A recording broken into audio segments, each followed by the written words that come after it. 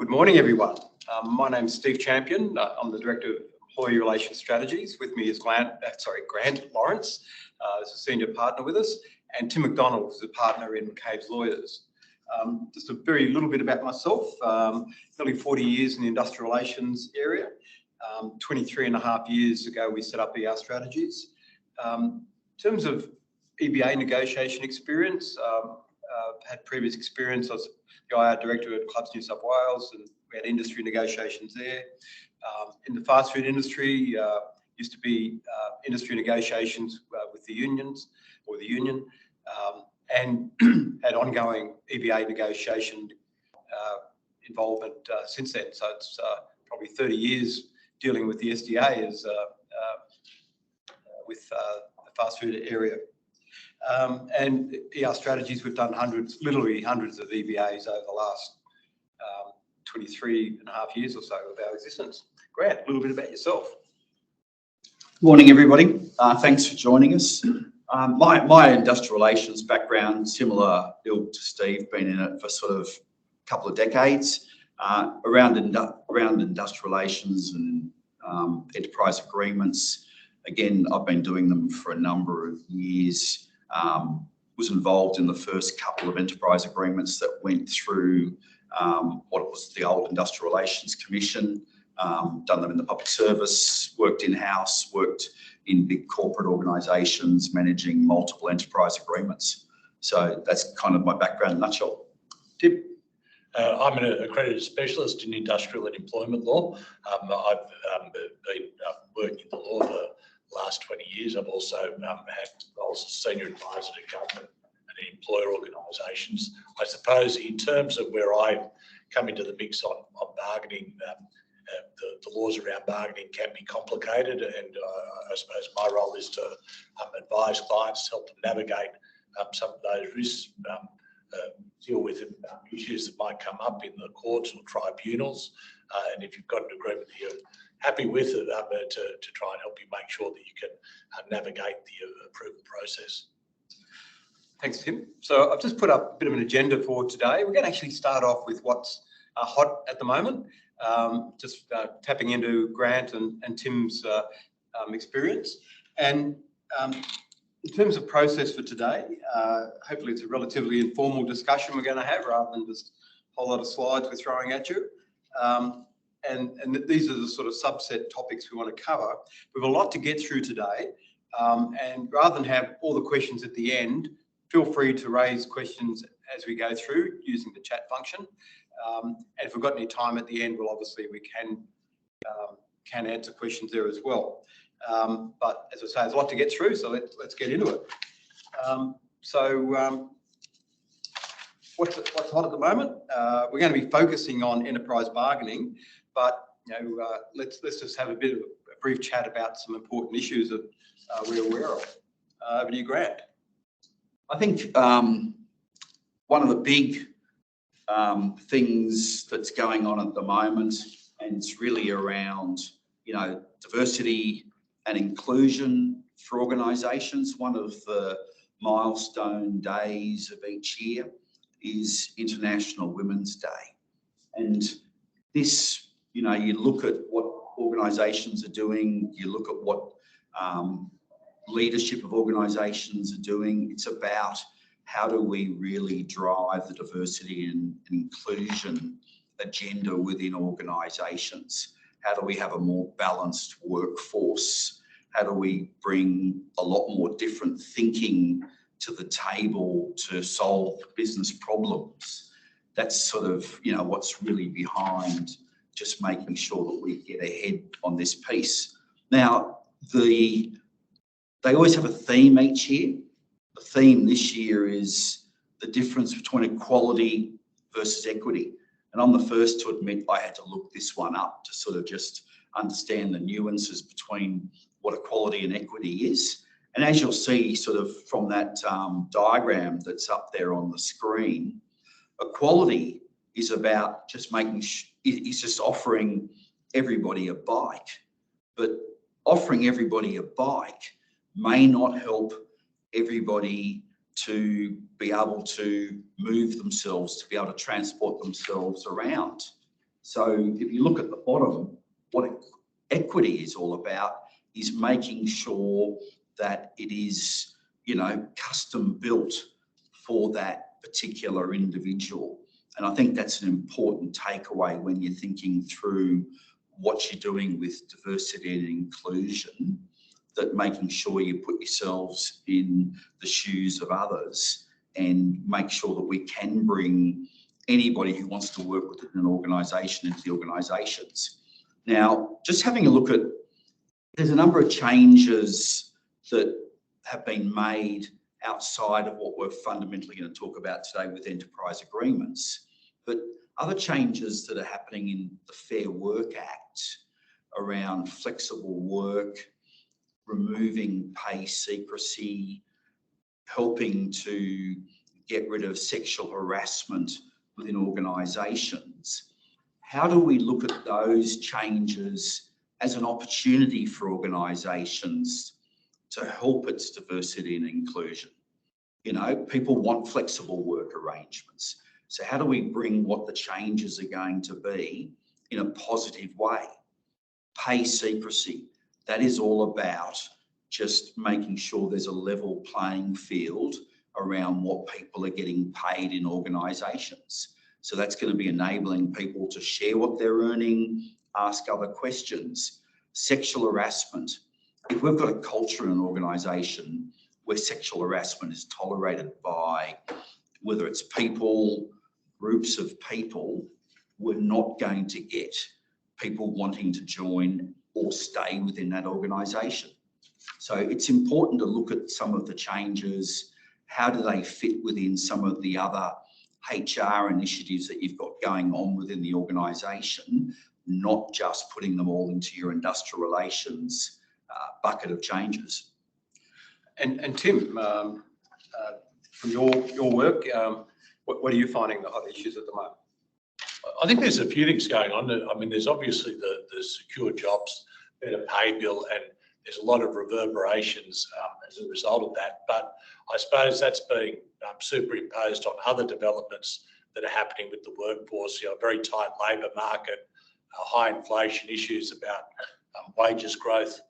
And then just coming out of COVID, I think we're still all getting back to what might be considered normal, and businesses are thinking about what sort of changes need to be made. And that's sort of throwing up a whole lot of issues. For example, with flexible work arrangements, people coming back to the office, it wasn't really perhaps an issue while COVID was going on. Now people have got to turn their mind to, well, what is our policy going forward in terms of people coming back to the office? Does that work for the individuals concerned? So that's an issue that's got to be navigated, and then with the changes to the legislation giving more strict flexible work arrangements provisions, that's raising further issues as well. We're as well as being a tight labour market, we're seeing in some areas the businesses need to go through change, or perhaps are affected by world events and are needing to think about redundancies, and need to be very careful about navigating some of the risks associated with that. And then what we're talking about today in relation to enterprise bargaining, I think for the first time in a long time, employers are going to have to really give some consideration to what their strategic position is on industrial issues, have a bit of a plan. And I suppose one area where that bites immediately is those people who are under what might be old zombie agreements, and how they might deal with those. We'll talk about those a bit later. There are some employers who have fixed-term contract arrangements, and that's been really tightened up under legislation with prohibitions on those sort of arrangements for more than 2 years. So I think there's a whole range of things that employers have got to relook at, and a number of changes that mean that they've got to turn their attention again to what's in their contracts, what's in their policies, and maybe have a relook at some of those things. Yep. Thanks, Tim. And from Grant, my point of view, we're just getting a lot of inquiry at the moment about enterprise bargaining, what the new rules are, whether we can assist and whatever. So it's obviously a hot issue out there for employers, and hence today's webinar on that exact topic. And one of the things we'll go through today is the timing of when these changes are taking place, because a lot of the changes around enterprise agreements aren't going to be happening until June this year. However, when the legislation was enacted back in December, one major change that was made was giving the ability for an employee bargaining rep to initiate enterprise agreement bargaining. Now, the unions were very quick out of the blocks on that one. They, some organisations who have been resisting having an enterprise agreement for many years, the unions are now on the front foot and they are forcing those organisations to the table, and those organisations will have to bargain in good faith. So that really kicked off quite surprisingly really quickly. So that, I think, will also, the unions will be ready to go with the rest of the changes come June. Okay, and just a little bit of background to the bargaining changes. It was Federal Labor part of their policy platform going into the last election, May last year, was arresting the decline in wages growth in Australia. The stats are that enterprise agreements declined from covering 23% of the workforce to only about the last 12% over the last decade. So a real slide in enterprise bargaining and enterprise agreements. The Centre for Future Work, they've done some calculations. Each 1% loss of bargaining coverage was linked to a 0.15% reduction in annual wage growth. So what? Wages would be growing an extra 1.65% per annum if we maintain the same level of EBAs. So obviously, Labor's picked that up and gone, well, we're going to reverse that. We're going to get wages growing again, keep people's standard of living on par or above what it has been, and therefore we're going to achieve that via enterprise bargaining. So it's not an accident. It's actual quite firm government policy. Tim and Grant, Central for Labor was freeing up the EBA system. What were some of the previous constraints that you saw? I suppose that some of the things were the technicalities associated with bargaining, the particular timeframes about providing agreements and other things which seem to complicate the approval process and seem to act as a deterrent on bargaining. So part of the thought is to try and free that up.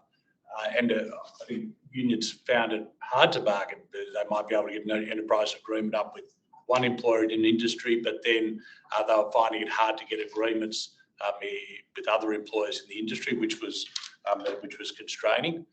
And there were limited ways, in their view, that they could really sort of force the issue of bargaining in a lot of cases. They couldn't rely on the Fair Work Commission as perhaps they might have been able to do in the past. So I think a lot of these sorts of areas were things that the government sort of tried to address to try and get wages moving, basically, and they saw enterprise bargaining as being the way to do it. Yeah, and one I'm aware of also is the boot test. Every employee in every situation had to be better off under the agreement than the award. So rather than taking a bit of a global test, which is what it used to be under the no disadvantage rule, it became a very technical fight, I guess, often with the Fair Work Commission on whether something was, the overall agreement was better off. And every employee, every situation is quite a high watermark. So let's look at what's changed under the Secure Jobs, Better Pay reforms to the Act. Let's just move on. So, Tim, what was the situation before in terms of bargaining options? I think the key difference is that enterprise bargaining has really always been talked about as employers bargaining in relation to their own enterprise and getting outcomes that hopefully good for the enterprise, good for the employees. The big change now is that there's a greater emphasis on industry bargaining being opened up, and that's going to likely stifle those single employer bargaining arrangements that might have been the case. And I suppose the other thing is that if you open it up broader in relation to industry bargaining, then there's perhaps more ability for unions to be involved on an industry-wide basis rather than particular enterprises where they might have had membership. So so in terms of loosening the rules around bargaining and making it easier for unions to bargain and push better wage outcomes, that seems to be the key thing. Okay, so that was what it was before, and now what are some of those changes that where you've just, I guess, described some of the effect of those changes, but what are the streams now? Yeah, with multi-employer bargaining, there was an ability before where employers were in a single interest, like they all worked out of the same premises or something like that, to be able to, for those employers to elect to bargain together. But there was no similar ability for a union to elect to bargain on an industry-wide basis. So that's now changed. There was an ability to bargain in what was called the low-paid bargaining single interest authorisation stream. But unions seem to find that hard. One of the things they had to show was that they couldn't achieve single enterprise agreements, and that everyone who they were seeking to bargain on behalf of was low paid. And that seemed to create a lot of complications for them, so they didn't do it. So those sorts of rules have been loosened up. So unions can now initiate industry bargaining themselves, not just employers, and there's greater options available in terms of putting in place agreements. Some of the old things that were there in terms of like cooperative bargaining streams and things like that are still there. But I think the key thing is bargaining rules have been loosened up. It's easier and it can now be industry-wide. Okay, so as you just said, key change to bargaining is removal of many of those restrictions, particularly on multi-employer bargaining. So that's where there's a big change. It's going to encourage a return to industry-level bargaining. Just a couple of things I think just worth throwing into the mix is, like, and I was in-house for a large period of the last sort of decade, and we were very worried about the procedures and dotting the I's and crossing the T's with all the paperwork, rather than, having a good negotiation to come up with a good enterprise agreement. And, what the government has done, they've certainly listened to the unions and they've listened to the employer side of it, not as much as we would have liked to have, but they're going to allow the Commission at the back end to modify things in the enterprise agreement that may need to be changed, or some paperwork that may need to be changed. Whereas under the old rules, they would knock the whole enterprise agreement out. So just making it less complex, that'll also help people to come up and do more EAs. And Tim, just on complexity, what do you think it's going to do for employers in terms of their negotiations? Going to make it simpler or harder? In some ways, I think there's going to be sort of quite a distinction between whether you're bargaining with the union or bargaining without. If you're bargaining with the union and that works for your enterprise, then the whole approval process and so forth is going to be pretty easy. The rules are pretty relaxed. They'll give primacy to the views of the union and so forth. If you're not in that stream and you're bargaining directly with your employees, that's going to be a lot harder, and you're going to need to go through a whole lot more hoops. So I think so in some ways it's going to be perhaps easier for some enterprises, for others it's going to be harder to navigate that. Okay, and the new rules about commencing bargaining for multiple employers, is there any of the detail you want to talk about there? Yeah, so I suppose the way that will work is that a union will be able to fairly initiate bargaining. They could get an authorisation to bargain with a number of employers in the industry. It may be that some unions like the idea of bargaining with, say, some of the key players, and then seek to rope in perhaps other organisations. And then there are some exceptions within the bargaining system about who can be forced into industry bargaining. So small businesses, for example, can't be forced into bargaining. They're defined as businesses with less than 20 employees. But I suppose also you're going to need to bargain on an industry basis. Consideration is going to need to be given about how you get on with other employers in the industry and how you arrange all of that, whether you want to bargain together. If so, how do you do that? And in some industries, you need to be careful about issues about trade practices, legislation, and the like. So that's an area that one's going to need to navigate. It's not just navigating how you work out an agreement with the union, but maybe how you maybe work out an agreement with other employers who are perhaps your big competitors. Okay. And look, we're not underestimating the complexity of a lot of these changes, because you've gone from one system to another and they're not all coming in at the same time, and even just reading the legislation is not that simple. But if there are any questions you have, use the chat function. We try to deal with those questions in the context that we're talking, rather than sort of get right at the end and you have to ask all the questions then. Another really big change, and it was a bit of a sleeper when the new legislation was introduced. Now, you can either go down the pathway of having one single enterprise agreement. That is still an option, well and truly open for people. If you, the employer, or the unions want you to be party to a multi-employer EA, and you fall within the various tests around the common interest, then that's going to be a bit of a new world of being forced into an enterprise agreement at the outset of when that enterprise agreement gets kicked off, and there'll be multiple people at the table, and how that's all going to work, time will tell. And Fair Work needs to take that into consideration when they're giving a single interest EA authorisation about how many people and the likelihoods of achieving an outcome.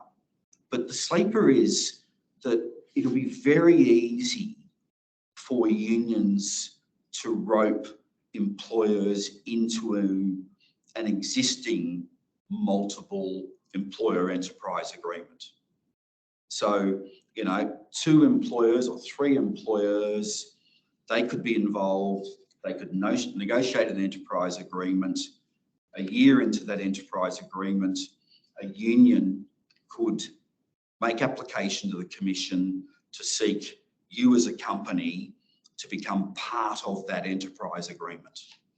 And there's a number of tests that they need to satisfy, but, you know, the wording under legislation is that, you know, Fair Work must get you joined in unless you fall within one of those rules that can push you out. You're less than 20 employees.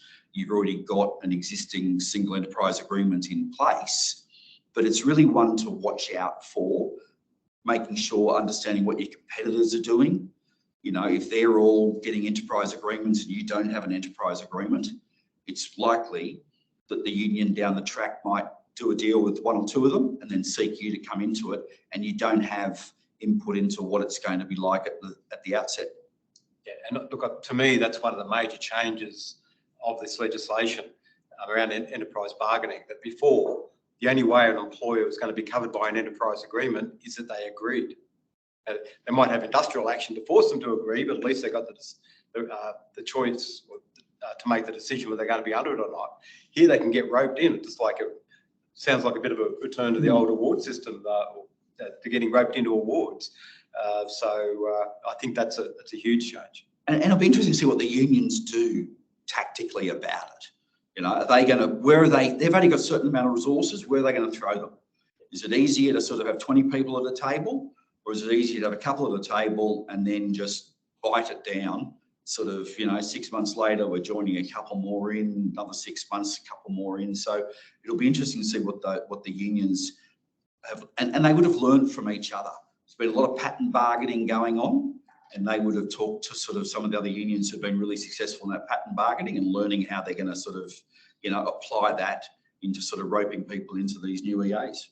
Yeah, and maybe Tim, there's something you want to. Yeah, I mean, I think a big area of issue here is going to be that employers have to be in a common interest to be under a multiple employer agreement or to be roped into that. And you know, they could be working that out. You look at things like geographical factors, the nature of the enterprise and the terms and conditions, and whether under a particular regulatory regime. But I think there's going to be a lot to be worked out there, because some employers, for example, may not want to be roped into the industry agreement, or the industry players might like to keep their enterprise bargaining separate. I think when the legislation was going through, this was one of the sort of big areas that there was a lot of debate about. Well, what does this mean, and who's in a common interest? And Minister Burke said, well, say if you look at the retail industry, Coles and Woolworths might be in a common interest, but IGA wouldn't be. Now, I'm not sure whether that clarifies things or raises more questions, but I think employers will be sort of looking closely at this when they're approached about a multiple employer agreement, or to be roped into one.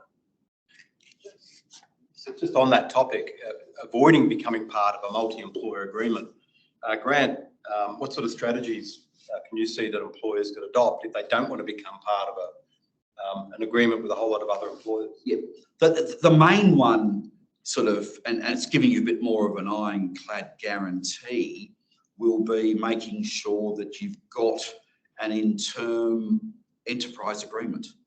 So, you know, if you've already got an enterprise agreement, that is a good thing.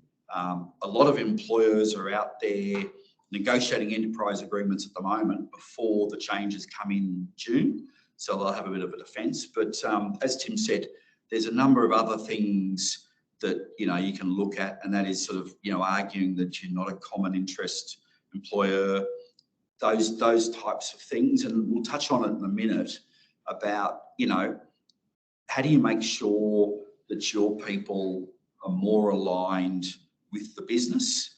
And if, you know, a union comes knocking on your door for an enterprise agreement, how do your people say, just don't need to be part of this? I fully trust who I'm working for. They look after me. They're paying fair wages, those types of things. So I think there's the formal and there's the informal mechanisms that you can avoid getting drawn into this multi-employer agreement pathway.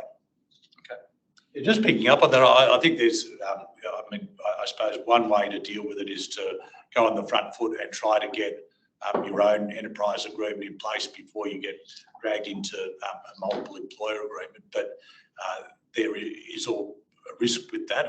First off, you've got to be able to do it in a fairly short space of time, and then there's going to be a question mark about whether that comes to, when that agreement's nominal term comes to an end, whether you can't just be forced into the multi-employer agreement anyway. So to Grant's point, I mean, making sure that you've got, you know, good relationships with your people and so forth is important to keep that enterprise focus. But the other thing that people might think about is, well, if you are going to be caught up in a multi-employer agreement, how's that going to perhaps interact with arrangements that you might have in place? And do you need to, for example, look at your contracts of employment to make sure that there are a good set-off provision? So, for example, you might be stuck under some aspects of multi-employer agreement, but you can continue some of the things you do and maybe set off some of the changes against the higher wages that you might pay to your employees. So a few things to think about with all of that.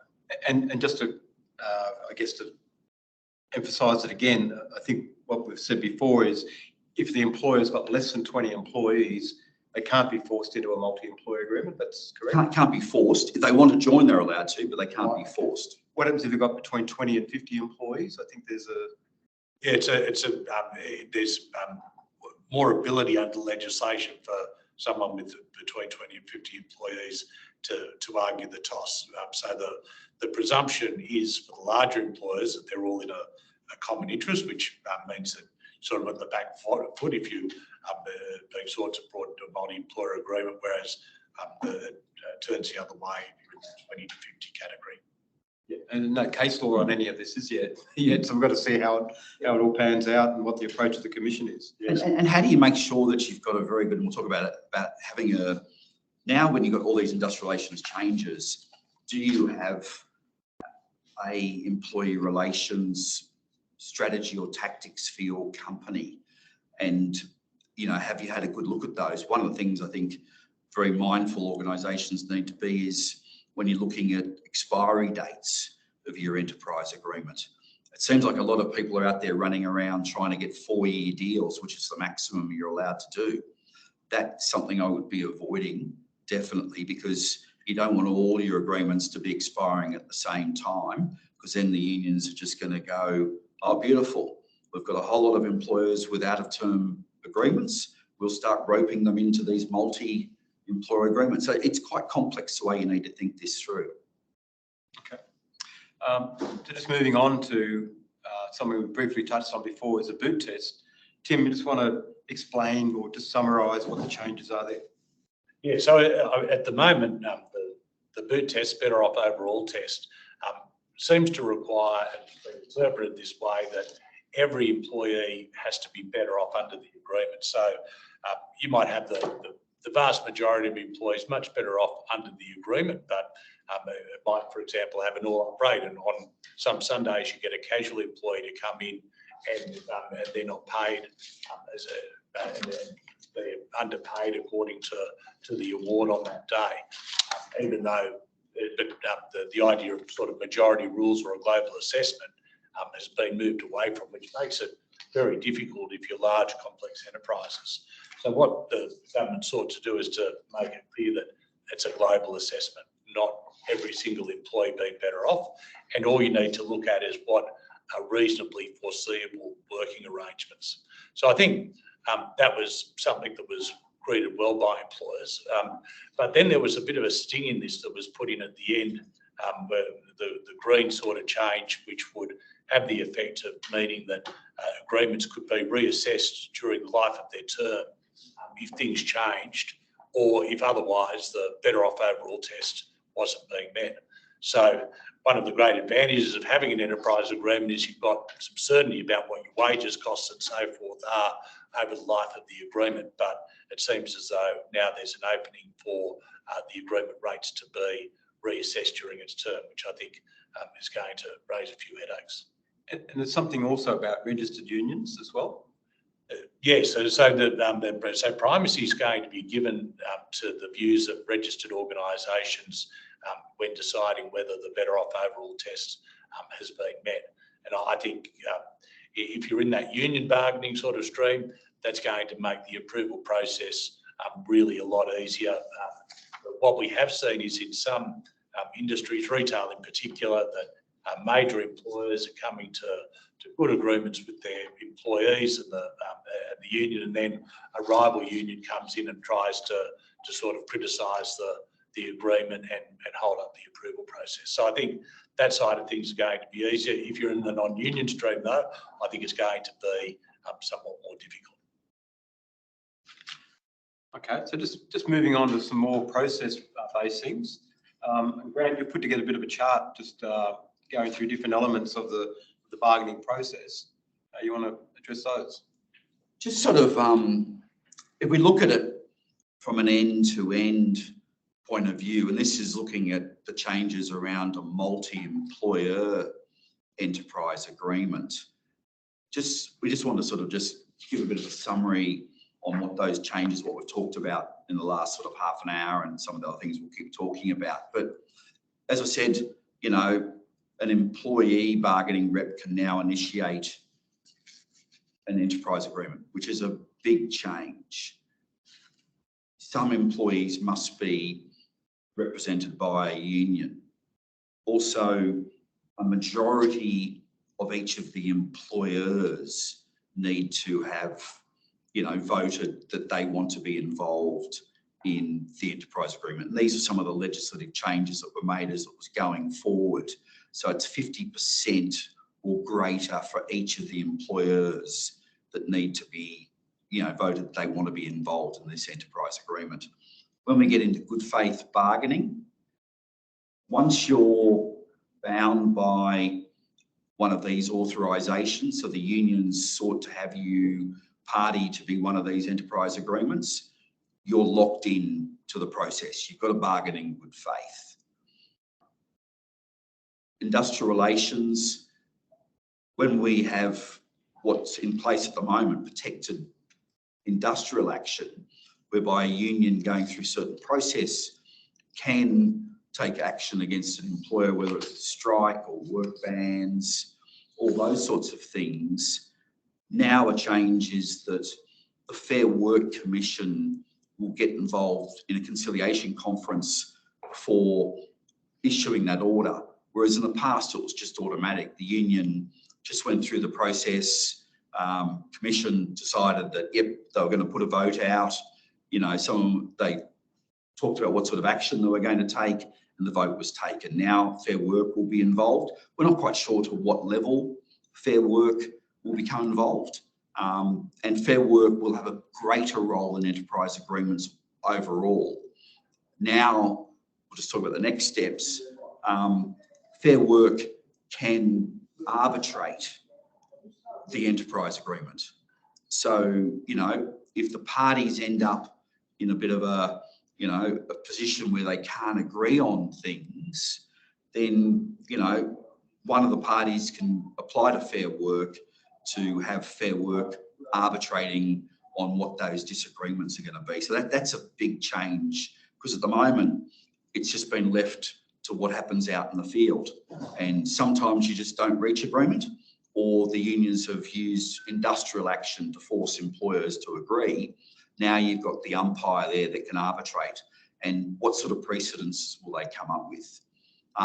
Lodging and approving it, that's one thing that they're going to help with. Simplified boot, it's a global overall test rather than looking at sort of every employee and prospective employees, what they would have to be, and making sure that against all of the terms of the modern award, it's a more an overall general test. And Fair Work can, at the back end, make changes to the enterprise agreement that they couldn't make in the past, where that there is an error in drafting. They can get that fixed up so that the thing can get approved. So there's some big changes end to end. There's some positive things, and there's also some things that people just need to really think through well. Like arbitration might suit certain employers where you've been wanting to change something over the years and the unions are absolutely opposing it. Well, how do you think through, when you kick off the negotiations, what do you put onto the table? How do you put it onto the table so that if you end up in a situation of arbitration, you're going to have the most successful outcomes possible? So that just needs to be thought through from go to woe. Yeah, just Tim, any observations on any of those? Yeah, I mean, I think one of the things that's going to be interesting is if you're outside of that process, whether the new arrangements will make it as easy to get agreements approved. So one of the things that the Fair Work Commission is going to do, and is required to do by legislation, is to set out what the pre-approval steps might be. And what we've seen in particular in that area over the years is requirements, for example, in relation to the explanation of terms and conditions of employment for employees. And it may sound like a fairly basic thing, but there's been so many arguments about whether things were properly explained. I find some employees spoke different languages, or some employees didn't have good reading skills or something like that. And it's been suggested that the new pre-approval steps are going to deal with those sorts of things and perhaps make life a little bit harder to get some of these agreements approved. But in terms of if you are under a multi-employer agreement and you're content to be under the multi-employer agreement, the process is going to be fairly simplified, I would have thought, and you're going to only be able to be under a multi-employer agreement if the unions agree. So that process is going to be a fairly straightforward one if you're comfortable with that. And I think that's where you need to think about where you want to be. For some employers, if you're an employer that's used to dealing with unions, and perhaps you're paying over the odds in terms of your competitors and so forth, you may not necessarily be uncomfortable with other people being under similar sort of arrangements. If you see your enterprise being somewhat different to others, you might have a different view about it. Yeah, it's interesting that it's going to have to be a whole new reliance on for each employer to work out what its individual strategy needs to be because of its particular market situation. Role of culture. You touched on this briefly before, Grant, just having a relationship with your employees. You just want to expand a bit more on that. Yeah, I think how you handle this, you've really got two concepts to really think through. One, there's the industrial relations side of things. Are you employed with less than 20 employees, common interest, all those sorts of tests. But also, if you are quite happy with your arrangements at the moment and you don't want to start getting industrialised and getting involved in enterprise agreements, whether they're single enterprise agreements or multi-employer enterprise agreements, then it's really looking at your people. Do your line managers have the ability to, work with your people really effectively? Are they empowered to fix things at a low level and get things done so that people don't have gripes and want to go off and talk to the government hotlines or go and talk to unions? Do you have a culture of high trust within your organisation? Your people trust your leaders that they're going to be doing the right thing. Now, if you've got these types of things in place, and you can measure them all sorts of different ways, simply by, doing pulse surveys or just walking around, you're going to be in good stead to resist this rather than having to go down the industrial relations pathway. So I think it's really important to just think about, what your overall people strategy is and just the way you do things with your people. Okay. And sort of related, protected industrial action is where obviously a union in the past was able to take a protected action ballot order from the Fair Work Commission and then start industrial action against an employer. That might not be relevant everywhere. What do you think some of the implications are of the changes in that area? Well, I suppose one of the things with the multi-employer bargaining that's changed is that there can be protected industrial action in support of industry-wide type bargains where that's been restricted up till now. But the way that it works is that it'll be each individual enterprise will have to have a protected action ballot, and 50% of the employees will have to be in favour of protected industrial action. So I suppose that has the effect of perhaps really pushing along industry bargaining and perhaps giving unions a lot more power to force industry bargaining and perhaps better outcomes than they might have been able to do. I think this is one area which has got employers a little bit concerned in that where there was industry-wide bargaining, it could be done without that threat of industrial action, but that's certainly changed. And I suppose one of the things, just going back to what Grant had said, was one of I think the positive things that have come out of the enterprise bargaining environment, which have been in now for some over 20 years, was that rather than terms and conditions and other aspects of the employment being dictated by others, it really put the idea of with enterprise bargaining of working out terms and conditions and engaging between the employer and the workforce and their representatives in certain cases.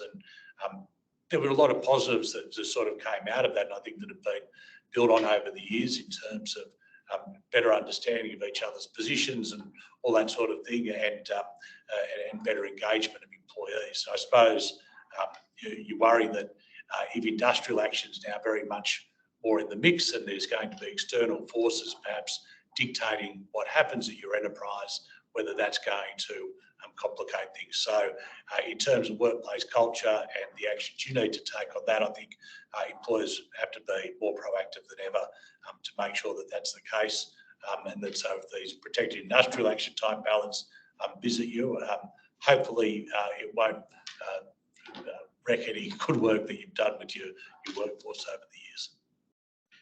An interesting observation is that I think we'd all accept that the amount of industrial action that's happened over across the economy has been reducing progressively. Obviously, get some pockets like New South Wales public transport. I think they've had their issues in the last couple of years, but apart from that, I think overall industrial action has been reducing, and it takes us back to what we had in the early 80s, and even then you had the Hawke and then Keating Labor governments who actually made changes to the industrial relations system that had long-running impacts in reducing that industrial action. And what used to happen was there'd be a dispute, the unions or whoever, or the employer that's suffering, would notify the commission. Then the commission would make an arbitrated decision. So it might have just been halfway between what the employer wanted or needed and what the union was asking for. It's quite often the perception that you ended up somewhere in the middle. And that had over a long period of time, over decades, that actually started to impact on the efficiency of the Australian economy. And hence Hawke and Keating made some of those changes. So I don't want to sound like Chicken Little that the sky's going to fall in, but hopefully we've learned from history and we won't go back to a situation where there's all these arbitrations and we end up at a totally inefficient economy. Yes, and I think one thing that in terms of trying to avoid this is if employers are sought to be brought into an authorisation for multi-employer bargaining, which would mean that protected action's available, really giving some thought as to whether if there is likely to be industry-wide industrial action, seeing to what extent there are options for you to get out of that authorisation. So if you get served with those sorts of documents, and it's not something you just put in the top drawer and not worry about it. You really want to engage and think about what your options are, and are there ways that you can perhaps get out of that if you think that's desirable. Okay. So just we started to talk about some of the strategic elements here, and what you've just been commenting on then, Tim. Grant, are any particular hints you've got for developing an enterprise or an employee relations strategy? I think the first question is, do you have an ER strategy? So, if you're in HR, one of your senior leaders talks to you about, okay, what's going to be our response to the changes that are coming along? And there's a myriad of things that can go into your thinking around building a strategy. What's your relationship with third parties? Do you want to partner up with unions? Sometimes that is advantageous to work with one union because you may want to keep out a more militant union. I know sort of a lot of industries quite happy to work with more of the right-wing unions, Australian Workers Union, etc., where you've got CFMEU, those types of more militant unions. So, thinking through, do you want to work with unions? Do you not want to work with unions? As Tim said, how do you want to regulate your industrial or your employment conditions? Do you want to make sure you've got good employment contracts that people understand and know what's in those contracts? Do you have, regular pay increases for people that might be outside of the awards so that they don't need to have enterprise agreements? Just all those questions you just need to think through about, what's going to be your approach to employment relations going forward over particularly the next 5 years. We're in a new environment. You can either be reactive or be on the front foot with it. And I think thinking it through and being proactive rather than someone ringing you up and saying, hey, we've got a problem on our doorstep. What do we do about it? And the problem on your doorstep, somebody might have already made a mistake or two that you're suddenly in fair work, when if those people had been briefed up a little bit more thoroughly, you would have just nipped that problem in the bud. I can imagine a situation where a union comes to your employees and goes, look, we can give you a 10% wage increase if you join us and come under one of these enterprise agreements. And a response to that might be an employer saying to its employees, look, we're going to pay you a market-based rate. We're going to pay you at the 60th percentile or 70th percentile or whatever else at the market. So you don't have to worry about industrial action because we're going to look after you anyway. But not every employer is going to have that option, are they? Because they might be in a very highly competitive sector. They can't put their rates up. So it's going to be very situational in terms of what strategy you have. I think just generally the sands have shifted to just the whole tenor of employee relations at the moment has changed. Unions certainly have more power now to require employers to bargain with them either individually or on an enterprise basis. And so it may be that you haven't had an enterprise agreement for some time and you're content with that arrangement. It may be that you need to think about whether that's going to be sustainable going forward or whether you need to take a different approach. But we're certainly seeing things change, and it's quite purposeful on the government's part to give unions more power to get more enterprise bargaining going, to get better wage outcomes, and that's obviously going to have a knock-on effect for employers and going to impact your strategy.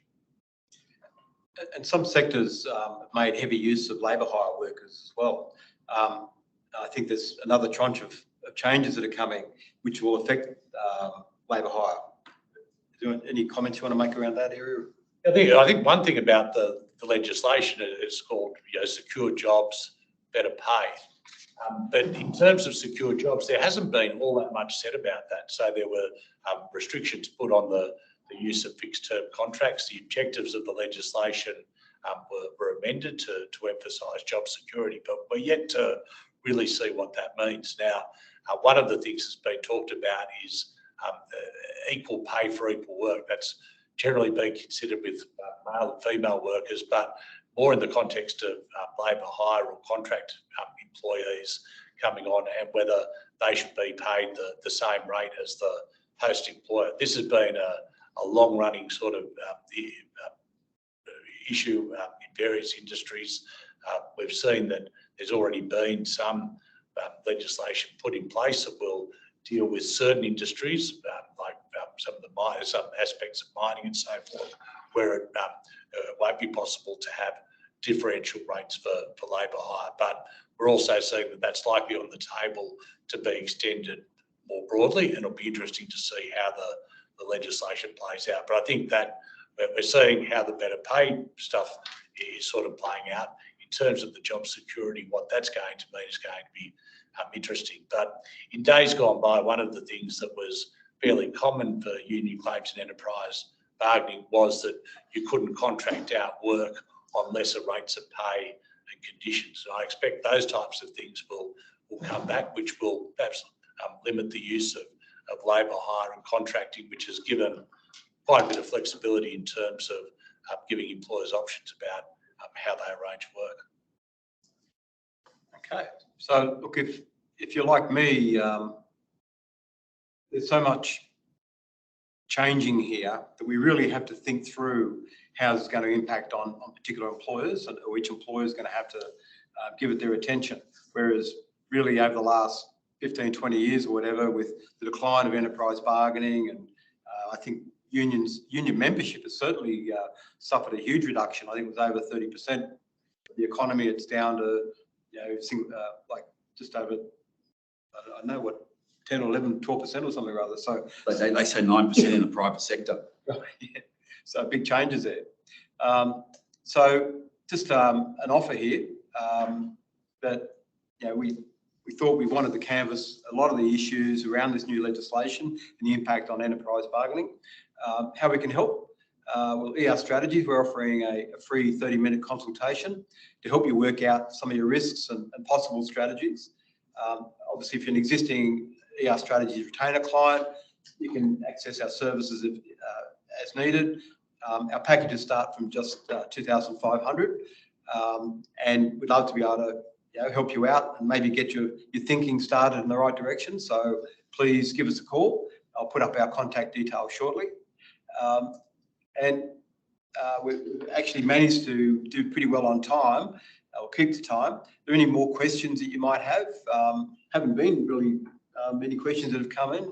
So if you've got any questions you want answered, please take the opportunity now via the chat function. Also via the chat function, we're going to issue put in a link to a bit of a poll about what you thought about this webinar, give you the opportunity to give us input. Tom's just presumably working on that for us, and we'll give you access to that poll. We'd love to get your feedback on what you thought about the whole webinar and anything we missed out on or things you're hoping to get that hadn't been provided. But hopefully we've covered a whole lot of areas here and you've been able to tap into a lot of experience. So here are our contact details for both ERS Strategies and for McCabes. We really appreciate Tim, and we're actually doing this out of McCabes boardroom in the city. So great facility here for running webinars. For anyone that wants to take us up on that offer, of getting a 30-minute free consultation, please give us a call, and we'd love to be able to help you. So ERS Strategies 1300 55 6637. McCabes, they're not making the free offer, but if you want to get in contact with Tim at any point, a greatly respected lawyer, and we've had a great relationship over decades with Tim. His contact details are there as well. So Tom, any questions coming in at all? Okay, so either we're covering everything or everyone's completely bamboozled, but we appreciate your being part of this webinar today. It will be recorded, and we can make the recording available to you if you just want to go over again some of the things that were touched upon, because certainly there's some major changes here in this legislation. Labor has said they're going to get wages growth moving, and that's a bit of a threat in itself. In some ways, it may help the economy in other ways, or certainly the population, but it's certainly going to create some new issues for business that we need to be dealing with. Anything else, guys, you want to say to finish off? Thanks, everyone. Good to talk to you. I agree. Thanks. We'll just give everyone a couple of minutes back. Always good to finish one of these things on time. We're always good at overrunning. I think it's been great with Steve and Tim today, just keeping on point and hopefully answering everyone's questions ahead of time. Okay, thanks very much for joining us.